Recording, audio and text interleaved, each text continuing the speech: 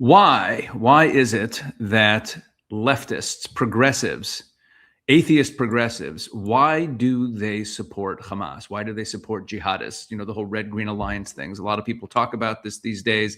I've talked about it. I've made videos about it. Back in December of 2023, just a couple of months after October 7th, I attended Turning Point USA's America Fest in Phoenix, Arizona. And Dennis Prager spoke, and he spoke about this phenomenon of progressive leftists who support Hamas. It's really, it's quite a remarkable speech. So here, have a. It's very inspiring to see you all here. So I debated a great deal what I would say to you for 22 minutes. Do I cheer you up? Do I motivate you? These were very real questions that I confronted, and I thought the best thing I can do is explain the current era in which you live and I live. And that's the best service I could provide in these minutes to you. Because there's no way of denying this is the darkest era in American history outside of the Civil War. And once the Civil War was over, while there were terrible residues of anti-Black legislation in the South, etc., nevertheless, the country ultimately united, but the country has never been as disunited as it is today. We live in different moral universes. So I'd like to ask you a question and answer it. If you know that someone says men give birth or men menstruate, every single person in this auditorium, every single American would know their position on Hamas. Now, isn't that interesting? Now, to be a little direct, what the hell does a man giving birth have to do with being pro-Hamas? So I have an answer, because you know that that is true. If a person says men give birth, they will be pro-Hamas and anti-Israel. They're not related issues. So why is that the case? And here is the answer, and I will give you a whole series of examples. The left, and I always distinguish left and liberal. Liberals vote for the left. That is the tragedy of America in a nutshell. But liberalism is not leftism. And so I want to make that clear. But the left, or the progressive, their moral compass is not only broken, because a broken moral compass, or a broken compass, like a broken clock, is right twice a day. But they're not right twice a day.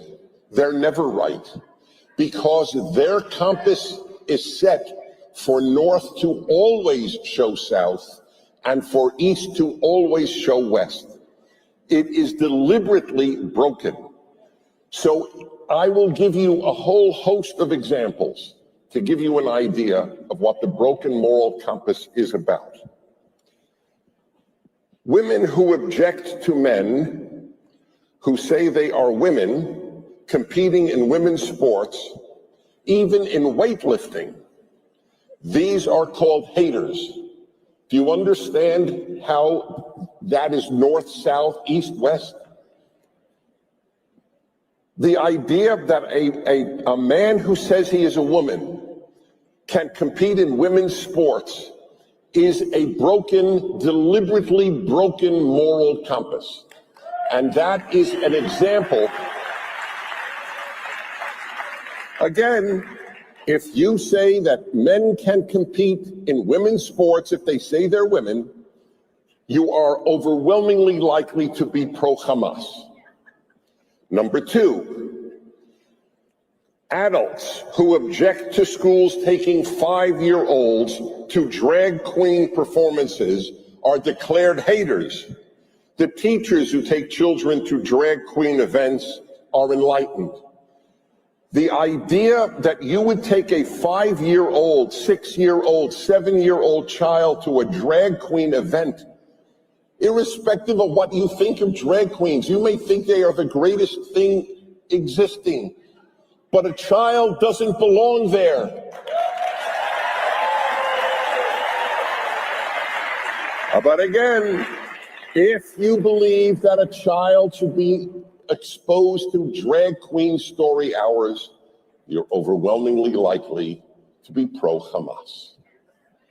Number 3, if you believe that all black dormitories on college campuses are good for blacks and good for America and good for the value system of this country, you are overwhelmingly likely to believe that Hamas is right and Israel is wrong.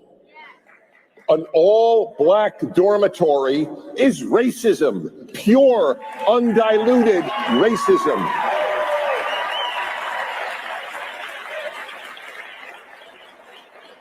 There are only 2 groups in America who believe in all-black dormitories and all-black graduations: progressives / left, and the Ku Klux Klan.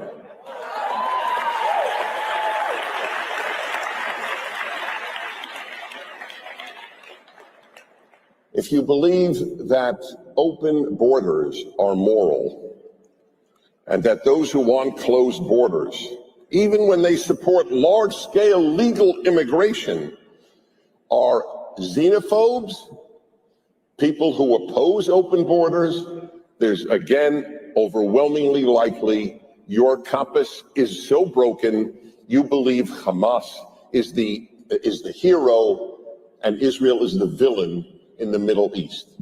It all goes together. A country has to have borders just like a house has borders. I am very in favor, most conservatives are, of large-scale legal immigration, but to have unregulated borders. And you understand, I mean, I look at this and I wonder, do they ever ask themselves, do the people on the left ever confront their own value system? We are for open borders, but if you bring them into our sanctuary cities, we cry, right? New York City is a sanctuary city, but don't you dare bring any of the people that we want to give sanctuary to into our city. You know who believe that that makes sense? Professors. This is the state of our universities. By the way, there is a silver lining in the obscene testimony of 3 Ivy League or 2 Ivy League and MIT presidents who couldn't say that advocating genocide against Jews is hate speech or is harassment. They didn't even ask hate speech. The bright side is, finally, what I have warned all of my life since I was at Columbia in the 1970s, that the university is a moral wasteland, is becoming clear to more Americans. This is the one silver lining.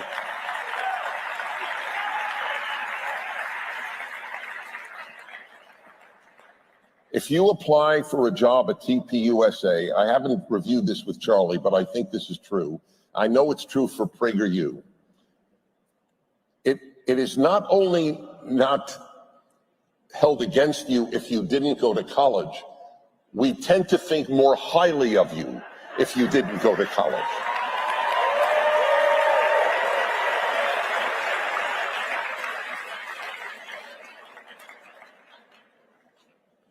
The number of young people who go to college, a decent, even happy person, and come out angry, ungrateful, bitter people is very large. As I have said often on my radio show, at an American university, you get a BA in ingratitude, you get a master's in ingratitude, and you get a PhD. קודם כל אני אשמח לדעת, תגידו לי, איך אתם יושבות משמאל לימין? אדליה, אני מימין, לילי. In ingratitude. And I've written a book on happiness. It's a major theme in my work. And let me tell you something. There is no happy ingrate. It is not possible to be a happy or good human being if you're not grateful. The ingrate is the lowest form of humanity. And ingratitude is the essence of the left. They are all ingrates and they wish to create more ingrates. You have grown up in the freest, most opportunity-giving country ever made in the history of the world, and you loathe it. You are despicable for that loathing. It is sick. It is sick. America is systemically racist. If you believe that, you're also probably pro-Hamas. Systemically racist? How many college students are taught that 4 million blacks have moved to the United States through legal immigration? 4 million in the last few decades from the Caribbean and Africa. So here's a question that should be posed. Are these people stupid? I'm just curious, would you move to a country that you knew hated you because of your color or race or religion? Of course not. Did any Jews move to Germany in the 1930s? The question is absurd. Of course no Jews moved to Germany because it was systemically anti-Semitic. Those 4 million blacks, and there would be 40 million blacks if we opened the borders completely. That's how many would want to move here, for good reason, because there's no country in the world better for a black or a white or a Hispanic or an Arab or a Muslim or a Jew to live in.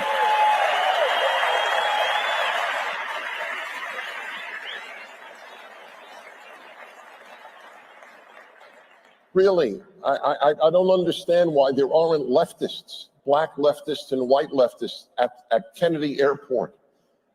And any black coming in from Africa and they say, hey, don't be an idiot, go back, go back.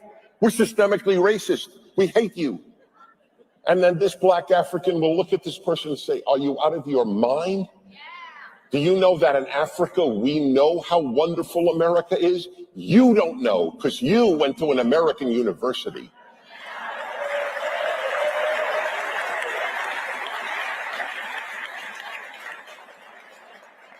If you believe that voter ID is racist, you probably support Hamas. Do you know that virtually every democracy on earth has voter ID? Why, how on earth could that possibly be racist? Sir, ma'am, before you vote, we'd like to make sure that you are the person on this list. Why is that bad? Why is that wrong? Why is that racist? It's racist to say it's racist because the implication is it's too hard for a black to figure out how to get an ID. Ami Horowitz Ami Horowitz, who does these terrific videos of man on the street type videos, he went to Harlem in Manhattan and he asked blacks in the street, said, do you know how to get an ID? And they looked at him like he was an idiot. No, you have to see it. It's mind-boggling to watch. They didn't know what he was talking about. They even said, yeah, the DMV, I'll give you the address.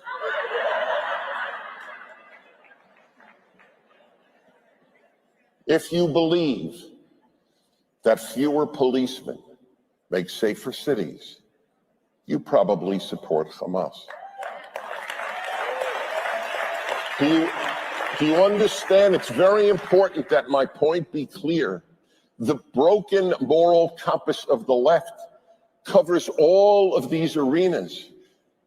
Supporting Hamas is only the latest and most grotesque example of the morally sick world of the left. I mean, to say this, to say that it's a safer city with fewer policemen, do you understand what sort of perverse form of thought that emanates from? How can you come up with such an idea? Fewer cops means more crime, not less crime. Isn't that obvious in Portland and San Francisco and Chicago and Philadelphia? I mean, isn't it obvious? This list that I'm offering you is just a partial list, but do you realize this is what is taught? These perversions of reality, these are taught at college as if they are truths. All right. I think that was an amazing speech. I was in the room at the time. It was very, I found it very powerful. He goes on for a few more minutes on some other topics. But, you know, he didn't actually answer the question, why? He just talked about how perverse it is and how all of these seemingly unrelated issues all go together. But he didn't really answer the question, why do they support Hamas?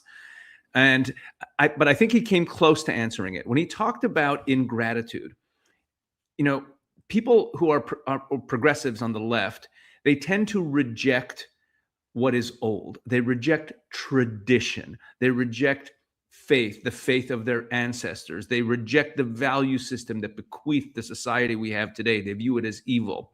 That's all ingratitude. And that ingratitude, so ingratitude turns into a hatred of tradition, and it turns into a hatred of everything that represents tradition. And if you reject tradition and you reject history, you're going to look at Israel and you're not going to see an ancient nation, the Jewish people, returning to their land after thousands of years of exile and where no one else had ever had a local sovereign nation. And instead, they're going to start history 10 minutes ago, and they're going to see the Jews as colonizers and see the Arabs who are there as the local natives, even though they never were a nation there, and most of them weren't even there. The place was mostly empty until the late 1800s. So he came close to answering it, and maybe that doesn't fully answer the question, but it certainly is remarkable, you know, when you have people whose opinions on unrelated issues seem to line up together. And here what he's pointing to is that once people's moral compass is broken, it covers everything. So I hope you found that interesting. If you're enjoying these videos, please like and share and subscribe and do all that. And of course, please check out all the content we're putting up at Israel 365's YouTube channel as well. God bless.